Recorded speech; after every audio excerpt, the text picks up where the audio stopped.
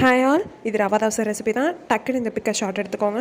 எடுத்துகிட்டு ஒரு டம்ளர் அளவுக்கு பச்சரிசியை அரை மணி நேரத்துக்கு முன்னாடியே ஊற வச்சு அதை டக்குன்னு ஒரு பிஞ்சில் பேஸ்ட் ஆக்கி எடுத்து வச்சுக்கோங்க. இதுக்கு 2 ஸ்பூன் மைதா, 2 டம்ளர் அளவுக்கு ரவை, இதுதான் பக்குவம்.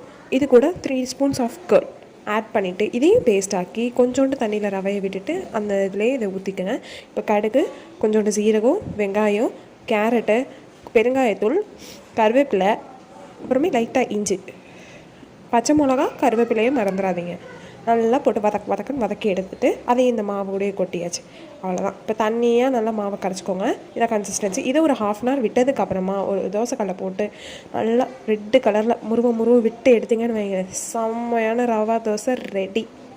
ரிமைண்டர், சால்ட் ஆட் பண்ண மறந்துடாதீங்க. இப்போ ஒரு தட்டில் ரவா தோசை வச்சு கொஞ்சம் சாம்பார், கொஞ்சம் காரமாக வெங்காய சட்னி அரைச்சி அது கூட தொட்டு சாப்பிட்டா ஒரு எனக்கு அமிர்தமாக இருக்கும். பாய்.